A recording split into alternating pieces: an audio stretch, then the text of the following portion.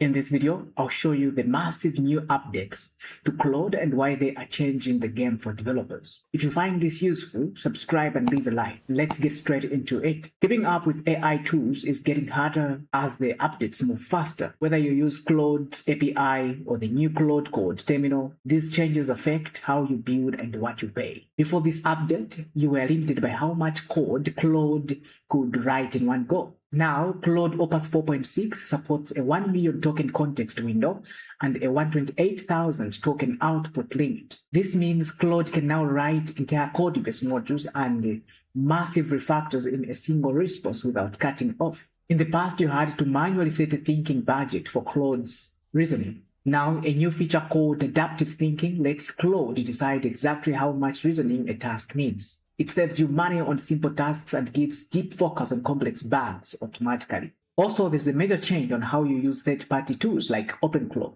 Anthropic has started moving heavy agent usage away from a flat-rate subscription to pay-as-you-go billing. If you use autonomous agents, you need to check your billing settings right now to avoid service interruptions. If this helped you, leave a like and subscribe for more videos like this. Otherwise, thank you for watching. I'll see you in the next one.